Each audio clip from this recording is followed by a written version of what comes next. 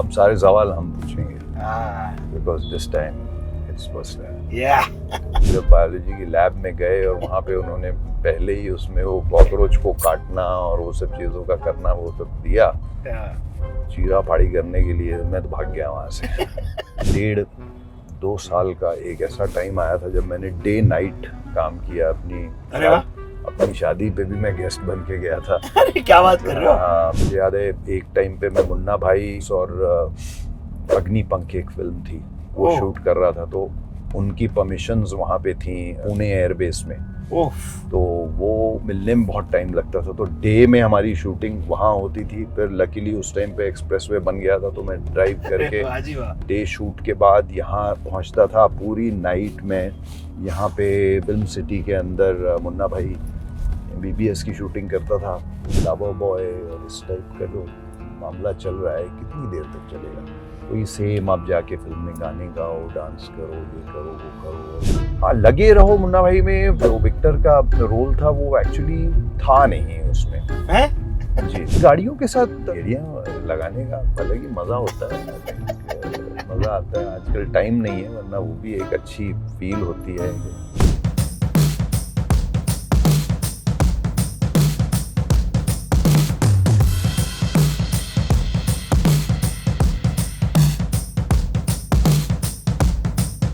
अभी आपका car protected है।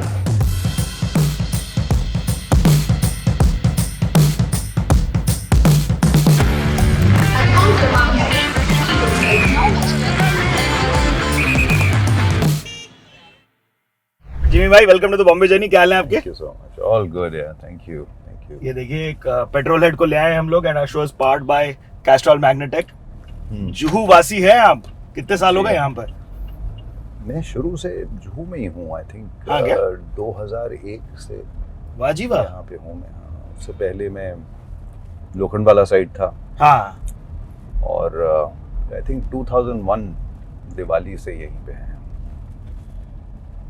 मतलब ये जो कजिन लाए आपको, ये वाली कहानी जो है वो सत्य है? हाँ, सत्य तो है। क्या रही वो कॉन्वर्सेशन? मुझे तो वो जानना है कि उस दिन आप क्या सोच रहे थे कि मुंबई आएंगे। 30 साल हो गए भाई आपको इंडस्ट्री में ऑलमोस्ट। जी हाँ, है ना? 30 साल हो गए। मजेदार यार, क्या बात है। देखिए, आप लोगों को भाई का सबसे फेवरेट काम कौन सा है वो कमेंट्स में अभी बता दीजिए, ताकि आप आए तो कमेंट में देखें कि क्या लोग बोल रहे हैं आजकल। हाँ, है ना? तो क्या सोच के आए थे भाई? क्या याद है उस दिन का आपको? कुछ सोच के नहीं आए थे। ये सोचा था कि मुंबई जो है उस टाइम पे बॉम्बे हुआ करता, तो कभी आए नहीं थे। ये सोचा कि चलो चलते हैं। हाँ। और कुछ नहीं हुआ तो बॉम्बे घूम के आ जाएंगे। सिंपल। और बस फिर एक बार आए यहाँ पे तो फिर यहीं रह गए। तो हाँ। जा नहीं पाए, शहर ही ऐसा है। तो वो कहाँ रहे? पहला घर कौन सा था आपका? मैं जब शुरू में यहाँ आया था तो मुझे यारी रोड में रहना था। हाँ। और जिनके घर में रहना था वो मेरे आने से कुछ हफ्ते पहले या 1 महीना पहले या समथिंग लाइक दैट उनके पिताजी जो हैं वो पूरे हो गए, गुजर गए। और वो फिर वो भाइयों में शायद कुछ डिवीज़न या कुछ हो गया, तो उस वजह से उन्हें वो जगह जो है वो बेचनी पड़ी। फैमिली फ्रेंड्स थे। हाँ जी, हाँ। तो इतने लास्ट मिनट पे पता लगा कि फिर हमारे जो एक और अंकल थे, उन्होंने कहा कि भाई न्यू बॉम्बे में हमारा जो है वो हमारा भी एक फ्लैट पड़ा हुआ है वहाँ पे जी, तो वहाँ जाके रह जाओ। तो हमने यही सोचा कि भाई जैसा दिल्ली और न्यू दिल्ली और उस टाइप का है वैसे नवी मुंबई वैसा ही होगा न्यू बॉम्बे। तो मुझे याद है मैं मुंबई सेंट्रल से टैक्सी में बैठा जी, और वो मैंने कहा भाई चलो न्यू बॉम्बे चलते हैं। और फिर वो चलती चली गई पता नहीं। और बहुत सारी कंस्ट्रक्शन उस टाइम पे हाईवेज की और हर चीज की हो रही थी। तो वो ये आप 95 96 की बात कर रहे हैं? नहीं, मैं ये बात कर रहा हूँ 92 93 की। अरे बाप रे। तो मैंने कहा ये न्यू बॉम्बे का फिर एक बहुत बड़ा ब्रिज आया, हम उसके भी पार गए। मैंने कहा यार ये कहाँ जा रहे हैं हम लोग? टोल हुआ करता था ना तब? आई थिंक था वहाँ पे। और उसने कहा जी न्यू बॉम्बे ही जा रहे हैं हम, आपने यहीं जाना है ना? हमने कहा हाँ ये एड्रेस तो सेम है। और फिर फाइनली हम वहाँ पहुँचे और हमें ये रियलाइज़ हुआ कि न्यू बॉम्बे जो है वो बॉम्बे से बहुत बाहर है। और फिर कुछ 1-1.5-2 महीने राउंड अबाउट इतना वक्त था। एवरी डे मैं कम्यूट करता था। यहाँ जुहू में तनेजा साहब की एक्टिंग क्लासेस थी जहाँ अच्छा, मैं तब आप जा रहे थे, रोज़ तनेजा साहब की एक्टिंग चालू कर जी, चुके थे आप जी, सीखना। जी, जी। तो साल भर के लिए मैं वहाँ था, तो 2 महीने आई थिंक मैं रोज़ कम्यूट करता था। और वो कुछ ऐसा चक्कर था वहाँ पे कि जी। वो ट्रेन अगर मैं वो 7 बजे वाली मिस कर जाता हाँ, तो मेरी क्लास मिस हो जाती, बिकॉज मेरी क्लास 10:30 के आसपास we had to be here. और वो 3 ट्रेनें जो हैं वो जंप करके हमें यहाँ पहुँचना होता था। अरे बाप रे, तो तो आप वो भी वहां से एक, दादर, फिर बड़ा- दादर से यहाँ ऐसा कुछ जी करते ऐसा कुछ था। वो वहाँ से दादर जाते थे, हाँ। दादर से फिर हम अंधेरी। ट्रेन बदलते थे, हाँ, दूसरी लाइन पे आते थे। तो इस टाइप का जो है वो बारिश में अलग मामला। समस्या भाई, हार्बर लाइन की तो। हाँ, तो फिर उसके बाद मैंने फाइनली यहाँ पे मुझे एक वर्सोवा में एक जगह मिल गई थी। फिर मैं वहाँ शिफ्ट कर गया, बिकॉज वहाँ से बहुत ही आसान फिर आप था यहीं रहे, बात। अंधेरी वेस्ट के निवासी। फिर जी। वाह जी वाह। बट भाई जो इतने साल जो स्ट्रगल पीरियड ये है, उसमें से सबसे बड़ी लर्निंग क्या है आपकी, जो अगर लोग देख रहे हैं जो आते हैं मुंबई अपना जीवन कुछ यहाँ करने? उस टाइम की स्ट्रगल अलग थी, आज हाँ की ना? स्ट्रगल अलग है। और मैं हमेशा कहता हूँ कि उस टाइम पे जब हम लोग यहाँ आए थे तो 2-3 चैनल हुआ करते थे।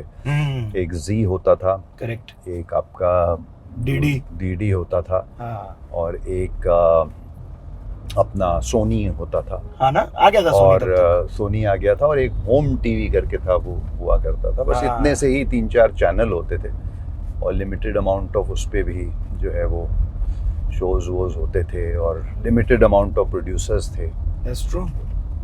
अभी तो आप अगर देखेंगे तो कितने रियलिटी शोज, कितना कुछ, आपको किधर से भी कोई ब्रेक अरे मिल भाई पूरा जाए। इंटरनेट, यूट्यूब But रील बना लो अब तो हाँ, अभी सोशल मीडिया एक अलग चीज़ हो गई है। आप उसके ऊपर अपने आप को खुद ही बना के चीज़ें प्रमोट करते रह सकते हो। वहाँ से भी आपको लोग जो हैं वो पहचान सकते हैं, और आप आगे चाहे फिल्मों में, चाहे टेलीविज़न पे, किधर भी जो है वो जा सकते हो। बहुत अलग है आज की डेट में, उस ज़माने में सब कुछ बहुत अलग था। भाई मुझे आज, मैं टुडे डेज ईयर ओल्ड था जब मेरे को ये पता चला कि आपका नाम जसजीत गिल हुआ करता।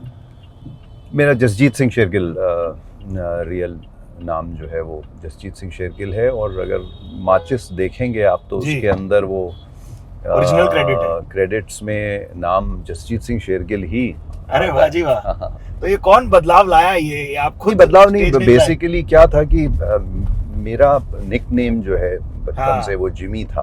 करेक्ट। और चाहे वो माचिस हो, चाहे उसके बाद मोहब्बतें, और उसके बीच में मैंने एक फिल्म और की थी निर्मल पांडे और सोनाली कुलकर्णी के साथ, अरे वाह। जिसका म्यूज़िक जो है वो विशाल भाई ने दिया था, और गुलजार साहब ने लिरिक्स लिखी थी उसकी। क्या बात है। उस समय के एक क्या नाम है बहुत बड़े picture का? राइटर हुआ करते थे, सूरज सनीम साहब। उन्होंने जी, वो जी। स्क्रिप्ट लिखी थी, जहाँ तुम ले चलो। वाह। बहुत अच्छे गाने थे। अहमद खान ने कोरियोग्राफ किए थे गाने। अरे वाह। और एक फेस्टिवल टाइप की उस ज़माने में वो फिल्म बनी थी। तो हर जगह पे लोग मुझे जिमी जिमी करके बुलाते थे। तो ट्रेड ने भी वो जिमी शेरगिल लिखना शुरू कर दिया था। अरे वाह। तो जब मोहब्बतें रिलीज़ होने वाली थी उस वक्त आदि ने मुझे बुलाया था और पूछा कि भाई क्या क्रेडिट्स में क्या नाम जो है वो पसंद देना करेंगे पड़ेगा। आप? मैंने कहा मैं तो बहुत कंफ्यूज हूँ, क्योंकि हाँ। नाम मेरा जसजीत शेरगिल है, जिमी के नाम से यहाँ पे लोग जानते हैं। तो ही सेड कि stick to Jimmy, because trade में ऑलरेडी आ रहा है, फालतू की कंफ्यूजन होगी, सब कुछ होगा। तो फिर वहाँ से जो है वो वाह भाई। जिमी शेरगिल के नाम से जो है। ये देखिए, मुझे तो मतलब थोड़ा मजा भी आ रहा है, अचंभ भी हो रहा है, क्योंकि मैं आपकी कितनी कौन सी फिल्मों का कितना वाला फैन हूँ, मुझे ये समझ में नहीं आ रहा बोल मैं कहाँ से चालू करूँ वाली बात है। बट जी ये अभी आ रही है, फिर आई हसीन दिलरुबा। जी, इसमें भाई कुछ समझ सा नहीं आया, मतलब आए बहुत, मतलब एक ग्लिम्स आया और चला गया। आप खुद कितने एक्साइटेड हो उस चीज को लेके? नहीं, एक बहुत अच्छी स्क्रिप्ट है। जी। मेरे पास ये स्क्रिप्ट आई थी। आनंद राय जो हैं वो मेरे बहुत सालों से दोस्त रहे हैं और आई थिंक कनिका ने जब ये स्क्रिप्ट लिखी थी तो उनके दिमाग में था कि ये हम वी सर से अच्छा, आपको सोच के ही लिखा तो गया था ये कैरेक्टर? कुछ ऐसा मुझे बोला उन्होंने। अरे वाह जी और वाह। स्क्रिप्ट मैंने पढ़ी, मुझे बहुत पसंद आई और फिर उसके बाद फिर I met the director Jayprad, then team से मिला और सबके सब बहुत एक्साइटेड थे ये सेकंड पार्ट को लेके। हाँ ना, हाँ। क्योंकि दे टेकन द फर्स्ट पार्ट तो सबको बहुत पसंद आया था, बहुत ही इंटरेस्टिंग एक उस टाइप की फिल्म थी और सेकंड को लेके बहुत ज़्यादा एक्साइटमेंट थी सबके अंदर क्योंकि वो एक लेवल ऊपर लेके फर्स्ट वाली बहुत जा अच्छी रहे थी भाई, मजेदार जी थी। जी जी। अब इसको वो लोग 2 स्टेप और ऊपर लेके गए हैं। यस। तो बस फिर हम लोगों ने शूट किया, मजा आया एक। वो पर्सनल वाली लाइन एक बार दीजिए ना, this time it is personal, ऐसा कुछ तो जो है। अब सारे सवाल हम पूछेंगे हाँ because this time it's personal. या लुक एकदम बदल चुका है, लेकिन आपका एकदम आपका वो क्लीन शेवन वाला लुक है अभी ये जी दाढ़ी हाँ, वाला। मैं किसी और चीज की शूटिंग कर रहा हूँ। अच्छा, इस बता वक्त, सकते तो- हैं आप किस नहीं, मेरी एक पंजाबी फिल्म है, उसमें कुछ वाह। काफी अलग अलग पीरियड्स हैं, तो ओह वाह। अभी हमने उसका पहला शेड्यूल किया है ओके। और एक शेड्यूल हम लोगों ने कश्मीर में किया है 15 दिन का, वाह। अब 10-15 दिन का यूएसए में है और उसके बाद पंजाब में 10-15 दिन। तो वाह भाई, हम आपके गाड़ियों के शौक के बारे में बात ना करें आपकी जर्नी में, ये तो हो नहीं सकता। देखिए तो हम प्रोटेक्शन के फंडे एक सेगमेंट है जिसमें आपके साथ ये गाड़ियों का सिलसिला प्रारंभ करेंगे। इसका लेकिन पंजाबी क्या होगा प्रोटेक्शन के फंडे का, वो बताओ मेरे को जरा। वही होता है प्रोटेक्शन द फंडा। प्रोटेक्शन द फंडा। भाई लोग देखिए, जितने यूके कनाडा के हमारे और पंजाब के भाई बैठे हैं, भाई बहन बैठे हैं, वो लोग कमेंट्स में बरसिएगा। बट भाई, पहली गाड़ी की क्या कहानी है आपकी? मेरी पहली गाड़ी जो मैंने अपने खुद के पैसों से, अपनी खुद की कमाई से ली थी, वो एक मित्सुबिशी लैंसर थी। ओफ। और उस टाइम पे मुझे वो बड़ी अच्छी लगती थी और वाइट कलर की। अरे भाई, लैंसर का फील था यार। हाँ, उस Sexy टाइम पे बहुत स्पेशियस भी थी और अच्छी पावर भी थी उसके अंदर और एसी वेसी सब कुछ उसका बढ़िया इफेक्टिव था और अच्छी गाड़ी थी। लेकिन फर्स्ट हैंड लिए थे आप? मैंने ब्रांड न्यू ली। अरे क्या बात है, वाह। और ये 0005 का ऑब्सेशन तब से? ये आई थिंक नहीं, उस गाड़ी का नंबर 300 था उसका। अच्छा, 300 था। हाँ, वो 300 था। वो आपके बर्थडे से 3 वाला नंबर लेते नहीं, हो? पता नहीं क्या उस टाइम पे वो अपने आप ही हुआ दिमाग में क्या आया था या क्या नहीं था, या जो कंपनी का बंदा जो आई थिंक फोर्थ पॉइंट से मैंने ली थी वो गाड़ी, और आई थिंक उनके बंदे ने बोला था कि कोई we are trying to get you a VIP kind of a number, और ओह सो कूल। सो ये ऑप्शंस हैं, तो मैंने कोई शायद उनमें से 300 चूज कर लिया था। सुंदर। लेकिन अब आप एक एसयूवी वाले हो गए हो। एसयूवीज जो हैं वो मुझे ऐसा लगता है कि थोड़ी सी हम लोग के लिए ज़्यादा बेहतर रहती हैं, बिकॉज रेन्स, मानसून, ये सारा, और प्लस हम लोग का वो शूटिंग का सामान काफ़ी होता आ है, जाता है आराम से, और कई बार आपको क्रू के साथ ट्रैवल काफ़ी घंटों की ड्राइव करके किसी लोकेशन पे जाना सही बात पड़ता है। है। कुछ होता है तो आप पीछे अपना सो भी सकते हैं आराम से। करेक्ट। तो और थोड़ा सा एक कंफर्ट लेवल और वो सारी चीज़ें जो हैं, वो कार्स जो हैं वो बहुत सारी ऐसी जगहें होती हैं जहाँ पे हमारे स्टूडियोज़ हैं, कुछ है वहाँ पे कच्चे रास्ते भी होते हैं, कुछ ऐसा भी होता है, तो वो सब चीज़ें थोड़ी सी गाड़ी में थोड़ी डिफिकल्टी हो जाती है। बट मस्तीखोर हुआ करते आप, नॉटी हुआ करते क्या गाड़ियों के साथ? मजे मतलब गेड़ी निकले वैसे टाइप?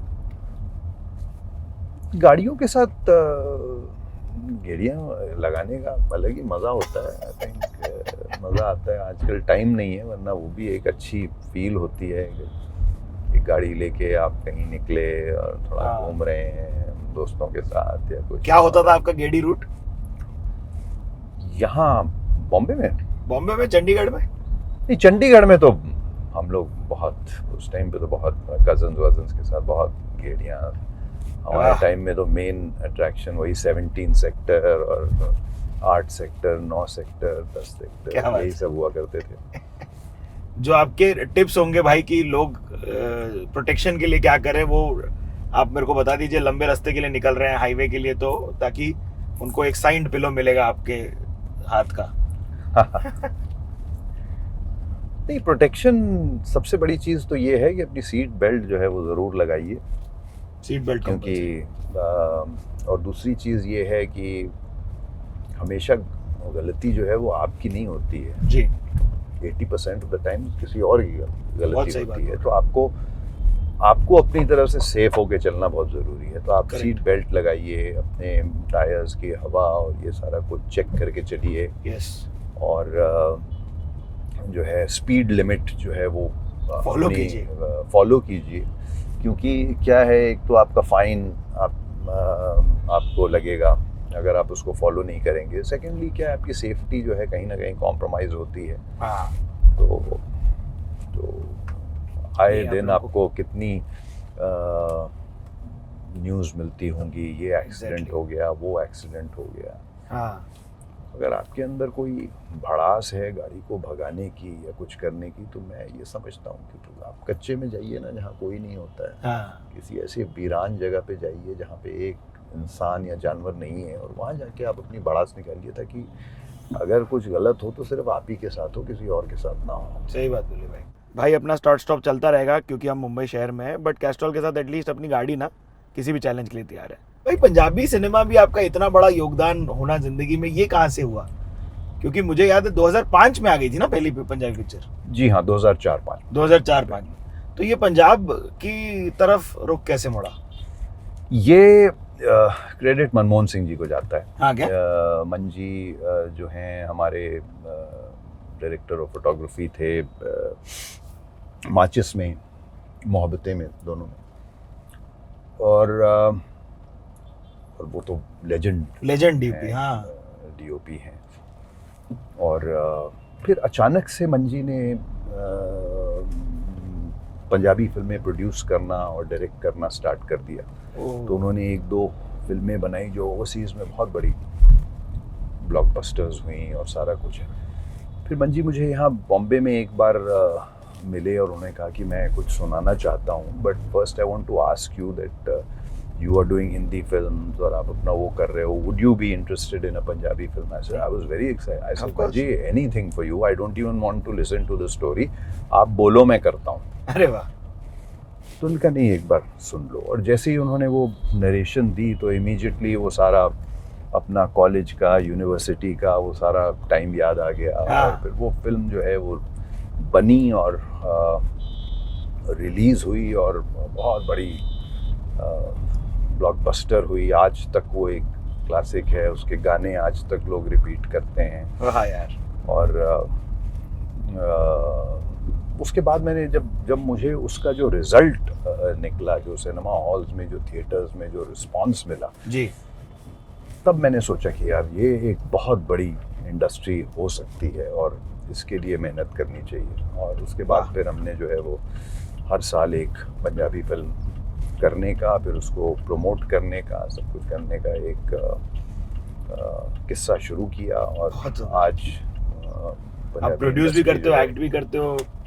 मैंने प्रोड्यूस की हैं कुछ फिल्में, है ना? But mostly now I am into acting. I think production एक फुल टाइम जॉब है ना? आई थिंक आप ऐसा नहीं कि मैं किसी और फिल्म की कहीं शूटिंग कर रहा हूँ और उधर पीछे से हमारी प्रोडक्शन चल रही है, वो it doesn't make any sense. You have to be there if you really want to make a difference. I think you have to be there all the time. Correct. भाई ये बताओ, जो हम इस रोड पे आ गए हैं, वर्सोवा की तरफ बढ़ रहे हैं, यहाँ की क्या यादें हैं? तो मैंने आपको बताया था कि जब मैं न्यू बॉम्बे से यहाँ शिफ्ट हुआ था जी, तो मैं आगे ही कुछ बिल्डिंग छोड़ के मैं भी आपको दिखाऊंगा वहाँ पे। दिखाएंगे हम। वहाँ पे मैं एज पीजी जो है। अच्छा, पीजी में रहे हैं? पीजी में वो कोई एक फैमिली थी जो अपने घर में जो है वो एक रूम दिया करते थे। क्या बात है। एंड हमारे ही क्लास में एक स्टूडेंट थे जो वहाँ पे रह रहे थे and he was going back home. ओ तो वो नाइस। खाली हो रहा था, तो it was just a situation where he said कि मैं इनको जानता हूँ हाँ और तुम टेक ओवर कर सकते हो। तो वो बस बाय चांस हो गया था। क्या So भाड़ा for a देते few भाई? months, मेरे हिसाब से आई थिंक 5 के आसपास उस टाइम पे रहा। 5,000 is a good big amount, yeah, that time. या Mumbai was always out of reach a little. Even in a PG उस जमाने में space. बहुत होता था या बिकॉज प्राइम लोकेशन थी ना। That's तो true. यहाँ पे ही जो है वो पाम बीच अपार्टमेंट्स में, अच्छा यही है क्या? ये आगे है पाम बीच, मुझे लग रहा है कि जहाँ से लिखा हो। वाह भाई, PG with beach view like बिल्कुल बिल्कुल। अरे, बताइए, गदर है पाम भाई। बीच apartment। पाम बीच अपार्टमेंट्स। क्या करने की सोचे थे भाई जिंदगी में? आप एक्टिंग करने की सोचे थे क्या? नहीं, मैं जब स्कूल में था तो उस वक्त तो यही था कि पहले अपना पहले तो ये था कि डॉक्टर बनेंगे। फिर वो जब अच्छा, डॉक्टर जब बनने की जब जब 11th स्टैंडर्ड में चूज करना पड़ा हाँ बायोलॉजी, तो जब बायोलॉजी की लैब में गए और वहाँ पे उन्होंने पहले ही उसमें वो कॉकरोच को काटना और वो सब चीज़ों का करना वो सब दिया yeah. चीरा फाड़ी करने के लिए, मैं तो भाग गया वहाँ से। मैंने कहा जी मैं आर्ट्स में जा रहा हूँ, तो Clear your मैं answer. कॉमर्स में आ गया था अरे वाह, और आर्ट्स बिल्कुल एंड के लिए रखा था कि कुछ नहीं हुआ तो फिर आर्ट्स में चले जाएंगे। Fair enough. सो फिर मैंने कॉमर्स ले ली थी जिसमें अकाउंटेंसी और वो सब था।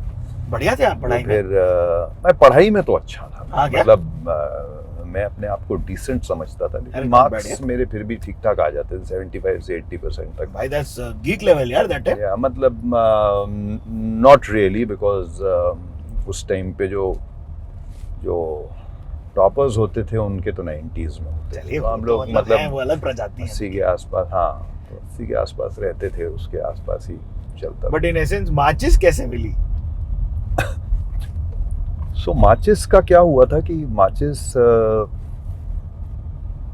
का मुझे पता लगा था कि गुलजार साहब जो हैं वो एक फिल्म बना रहे हैं, और एक बार मैं अपने मेरे लोकल गार्डियन यहाँ जो हुआ करते थे टाउन में, एवरी वीकेंड हमारा जब क्लासेस हमारी नहीं होती थी तो मैं उनके पास चला जाता था और वो 1-2 दिन जो वीकेंड होता है उनके पास बिताता था। और एक बार उनके साथ डिनर कर रहा था तो कुछ बातें शुरू हुई और वहाँ पता चला कि गुलजार साहब एक फिल्म बना रहे हैं और कुछ नए लोगों के साथ, और उसमें तबू हैं और ओम जी हैं और ऐसी एक बेसिक सा वो हुआ। तो मैंने उनको रिक्वेस्ट किया, मैंने कहा जी अगर आप लोग उनको जानते हो तो एक मेरी मीटिंग उनके साथ करा दो, क्योंकि मैं उनको मिलना चाहता हूँ, क्योंकि अब मेरी क्लासेस जो हैं वो ख़त्म होने वाली हैं और मैं चाहता हूँ कि मैं उनको एज एन असिस्टेंट ज्वाइन करूँ, सो दैट। बट आप एक्टिंग सीख रहे थे उस दौरान, तो आप एक्टिंग सीख रहे थे, बस यही था कि ब्रेक हमको कौन देगा, हमें कोई जानता नहीं, कोई कुछ नहीं है। सेल्फ डाउट में रहते हैं आप। हाँ वो हुआ करता था उस है ना? टाइम पे। हाँ। और क्योंकि ये एक बात जो उस वक्त सुनने में आई थी वो ये थी कि अपना 5-7 साल से पहले किसी को ब्रेक नहीं मिलता है। अच्छा, ऐसा तो barometer उतना था। टाइम आपको स्ट्रगल करना ही पड़ता है, और फलाने की कहानी ऐसी है, फलाने की कहानी ऐसी है। तो अब ये था कि क्लासेस ख़त्म हो जाएंगी और कुछ नहीं कर रहे होंगे यहाँ पे, तो घर वाले कहेंगे कि भाई अभी तो तुम वापस आ जाओ। सही बात है। तो वापस जाना नहीं है, यहीं रहना है, तो अभी कुछ तो करना पड़ेगा। तो फिर एक मीटिंग सेटअप हुई गुलजार साहब के साथ, और वहाँ पे बस कुछ सिचुएशन ऐसी बन गई कि उन्होंने कहा स्क्रिप्ट पढ़ने के लिए। स्क्रिप्ट उनके ऑफिस में बैठ के पढ़ी गई, और उसके बाद उनके साथ मीटिंग हुई और सारी बातें हुई, और वहाँ से एक छोटा सा रोल जो है वो मुझे वहाँ मिला, और वहाँ से मेरी जर्नी जो है वो शुरू हुई। हुआ ये था कि जब माचिस रिलीज़ हुई तो मैं क्लीन शेवन हो गया था, मैं वो वाली फिल्म भी कर रहा था साइड में और सारा कुछ। जब कॉल्स अलग अलग जगह से आया करते थे तो यही होता था आइए मिलिए, और जब मैं मिलने जाता था तो वो बोलते नहीं हम तो, उनको पता ही नहीं था कि ये तो वही आदमी है, क्योंकि उसमें मैंने गुलजार साहब ने कहा था कि बाल लंबे कर लो, दाढ़ी उगा लो, तो उस किरदार के लिए हम लोगों ने अपनी लुक वैसी बनाई थी, और उसके बाद जैसे ही ये दूसरी फिल्म मिली तो इसके लिए क्लीन शेव थे हम। तो फिर इमीडिएटली लोग नहीं ये तो हमको तो वो चाहिए, वो माचिस वाला लड़का उस टाइप का ये वो। तो मैं हंसता था, मैं कहा यार ये अजीब बात है यहाँ पे। तो हालांकि उस टाइप की टाइप कास्टिंग जो है वो आज तक यहाँ पे चलती है। सही बोले आप। बट नहीं, फिर वो दूसरी वाली तो भी टाइप कास्टिंग हुई ना, जो मोहब्बतें के बाद तो सैलाब आया होगा आपके पास। हाँ, मोहब्बतें के बाद एक ऐसा सॉरी, हाँ 1.5-2 साल का एक ऐसा टाइम आया था जब मैंने डे नाइट काम किया अरे वाह। अपनी शादी पे भी मैं गेस्ट बन के गया था। अरे क्या बात कर रहे हो। हाँ बिल्कुल, मतलब I still remember that time. तो मोहब्बतें रिलीज होने के आसपास quite a few projects that I ended up signing, and अब वो सब फिल्में बड़ी फिल्में थी, बड़े प्रोड्यूसर्स के साथ सब कुछ था। और उस ज़माने में क्या होता था कि थोड़ा सा इंडस्ट्री का जो माहौल था वो डिफरेंट हुआ करता था, क्योंकि उस टाइम पे आप एक एक्टर जो है वो अभी जैसे हम लोग एक टाइम पे एक फिल्म करते हैं जी, उस टाइम पे ऐसा नहीं होता था। उस टाइम पे वो चलन था भाई, 3-3 4-4 प्रोजेक्ट लग रहे हैं आपके, लग रहे होते थे। और उस टाइम पे आप जैसे मॉर्निंग से लेके लंच तक आप एक, हालांकि मैंने वो चीज़ बहुत अवॉइड की, पर कहीं ना कहीं मैं फंस जाता था। तो बताओ कौन सा सुबह कौन सा शिफ्ट मारते थे कहाँ पे? नहीं, बहुत बार ऐसा हुआ। तो Okay. वो and nobody had a problem because looks जो हैं ऑलमोस्ट सब सेम टाइप की ही होती थी। बट इसका कैरेक्टर उसमें तो, जा रहा है, ऐसा नहीं होता था। अब वो चीज़ आपको जो है वो निकल जाती थी, आप हैंडल करनी पड़ती थी। बट ये जैसे सडनली आया कि नहीं यार वो सो एंड सो की डेट की प्रॉब्लम है, सो अगर आधा दिन भी मिल जाएगा तो आप आधा दिन वहाँ कर रहे हो, फिर लंच के बाद आप अपनी दूसरी शूटिंग पे वापस आके रिज्यूम कर रहे हो। मुझे याद है एक टाइम पे मैं मुन्ना भाई MBBS और अग्निपंख एक फिल्म थी वो शूट कर रहा था, तो उनकी परमिशंस वहाँ पे थी पुणे एयरबेस में। तो वो मिलने में बहुत टाइम लगता था, तो डे में हमारी शूटिंग वहाँ होती थी। फिर लकीली उस टाइम पे एक्सप्रेसवे बन गया था, तो मैं ड्राइव करके डे शूट के बाद यहाँ पहुँचता था। पूरी नाइट में यहाँ पे फिल्म सिटी के अंदर मुन्ना भाई MBBS की शूटिंग करता था। फिर इमीडिएटली जैसे ही पैकअप होता था मैं ड्राइव करके वापस पुणे पहुंचता था, वहाँ शूट करता था। सोना मतलब वही जो भी छोटा सा ब्रेक बीच में मिल जाए उसमें सो गए, गाड़ी में सो गए ट्रैवल करते हुए, टोल के बाद रोक ली गाड़ी। तो इस तरीके से वो, और ऐसे बहुत बार वाह जी वाह। बट भाई ये मेरे को नायाब लगा कि मोहब्बतें में आप कंसिडरेबली एक all of you all were introduced to the world of assault. उसके बाद मुन्ना भाई जैसी चॉइस भी पकड़ना मेरे को काफी इंटरेस्टिंग लगा कि आपने फिर भी वो पकड़ी फिल्म।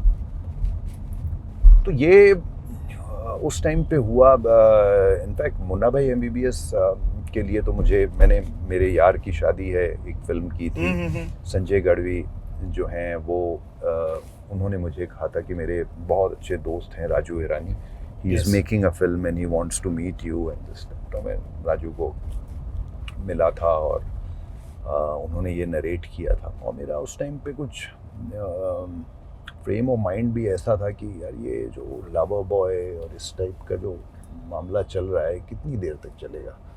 वही सेम आप जाके फिल्म में गाने गाओ, डांस करो, ये करो, वो करो, और वही सेम टाइप का सब कुछ। तो I want to do something interesting, और उसी इंटरेस्टिंग करने की चाह में हासिल जैसी फिल्म हुई, यहाँ जैसी फिल्म हुई, मुन्ना भाई MBBS जैसी फिल्म हुई। तो वो थोड़ा सा रिस्क फैक्टर जो शुरू किया है उस टाइम पे वो पे ऑफ किया उसने। मतलब उस टाइम पे तो बहुत लोग बोला कि ये क्या कर रहे हो तुम, अच्छे खासे तुम लीड रोल्स कर रहे हो, और तुम ये इधर क्यों जाके ये क्यों कर रहे हो, इससे इमेज गड़बड़ होती है, सब कुछ होता है। तो आप काफ़ी इनसिक्योर हो जाते थे कि यार ये इतने एक्सपीरियंस्ड और सीनियर लोग ऐसा बोल रहे हैं सारा कुछ। बट आज when you look back at it you से कि यार I am so glad that I took that step. Risky step. हाँ, रिस्की स्टेप, बिकॉज वहीं से वो उस ज़माने में कोई लीडिंग एक्टर जो है कैरेक्टर रोल्स नहीं करता था एग्जैक्टली, फिल्मों में and all that. It did पे of. Oh yeah, when I look back at it today, it's definitely paid off for me, 100%. नहीं मतलब फिर लगे रहो में फिर उसका एक अलग डायनामिज्म दिखा ना, आप लोगों का केमिस्ट्री सबकी मतलब चमक के आ रही थी. हाँ, लगे रहो मुन्ना भाई में जो विक्टर का रोल था वो एक्चुअली था नहीं उसमें. हैं? जी, तो मेरी एक फिल्म रिलीज हुई थी यहाँ करके जो जी. बहुत क्रिटिकली अक्लेम हुई थी. Exactly. सुजीत सरकार की पहली फिल्म थी. हाँ जी, हाँ.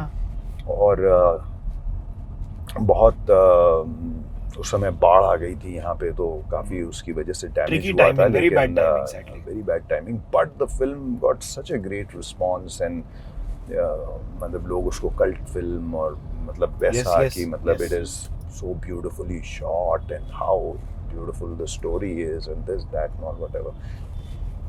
एंड तो उसके लिए मैंने एक जो है वो पार्टी सी रखी थी अपने क्लोज लोगों के लिए, सेलिब्रेशन ऑफ सॉर्ट्स. उसमें Raju and all everybody was there and Chopra भी आए थे. और वो फिर अचानक से रात को उनकी बातें होने लगी कि यार ये इसको कैसे वापस लाया जा सकता है. कि यार मुन्ना भाई 2 बना रहे हैं यार, even though he died in the first one, but how Exactly. can we? So कुछ फिर उन्होंने कहा कि नहीं ऐसा क्या होता है, एक एक्टर कोई और किरदार भी कर निभा सकता सकता है, है, सही बात है. निभा सकता है एक कहानी के अंदर. हाँ.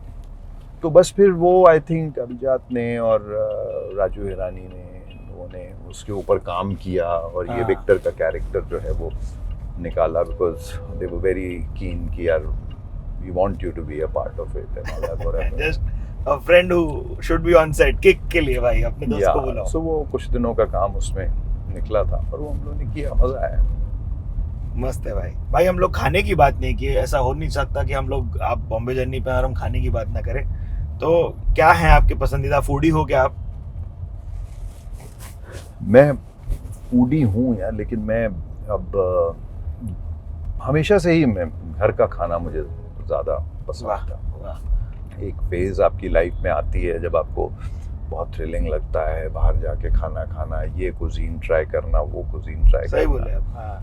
अब वो फेज़ जो है हम क्रॉस कर चुके हैं और अब मुझे लगता है कि घर का जो खाना है सिंपल, उसका अलग उससे बढ़िया कोई चीज़ नहीं है. आप थोड़ा सा कंफर्ट फूड क्या है आपका? नहीं, मैं कोई भी चीज़ हो मैं घर पे बस ही खाना पसंद करता हूँ. अब हम लोग शूटिंग वूटिंग पे जाते हैं तो थोड़ा मुश्किल हो जाता है, but then I have this thing, I call the chef and I just have a word with him and I tell him कि शेफ साहब जैसे आप लोग अपने लिए बनाते हो हाँ. खाना, क्योंकि हाँ. आप तो होटल का रोज़ नहीं खाते आप हो, बैक ऑफ द हाउस खाते हो. तो जो आप लोग अपने लिए सिंपल सी दाल जस्ट यस. प्लेन तड़के के साथ जो बनाते हो आप वही मुझे दे दिया करो, और जो सिंपल भाजी आप अपने लिए बनाते हो वही मेरे लिए बना दिया करो. And that is how I survive the entire OG Thar. Yes, the OG Thar. So ये देखिए भाई, लोगों को बता देते हैं. आप लोगों को जाना है प्रोटेक्शन के फंडे में और बताना है भाई ने क्या बताए टिप्स, तो आपको ये पिलो मिलेगा भाई. यहाँ कहीं भी आप साइन करना चाहें वहाँ पर. और गाड़ियों पे भी अच्छे से मतलब विस्तार में बात करेंगे अपन. बिल्कुल करेंगे है ना? कल. नेक्स्ट टाइम आप बना लीजिए प्रोग्राम है. आप और जब बुलाएं हम आ जाएंगे. देखिए एक और गाड़ी लेके. Done deal. और आप लोग को बताना है कैसा लगा. बहुत मजा आया. मजा आया ना. Thank you guys. Thank you so much for being on the Bombay journey. आप लोगों को कैसा लगा कमेंट्स में जरूर बताइएगा, और लाइक कमेंट शेयर और सब्सक्राइब करना ना भूलिएगा. This is me Siddharth Alam signing.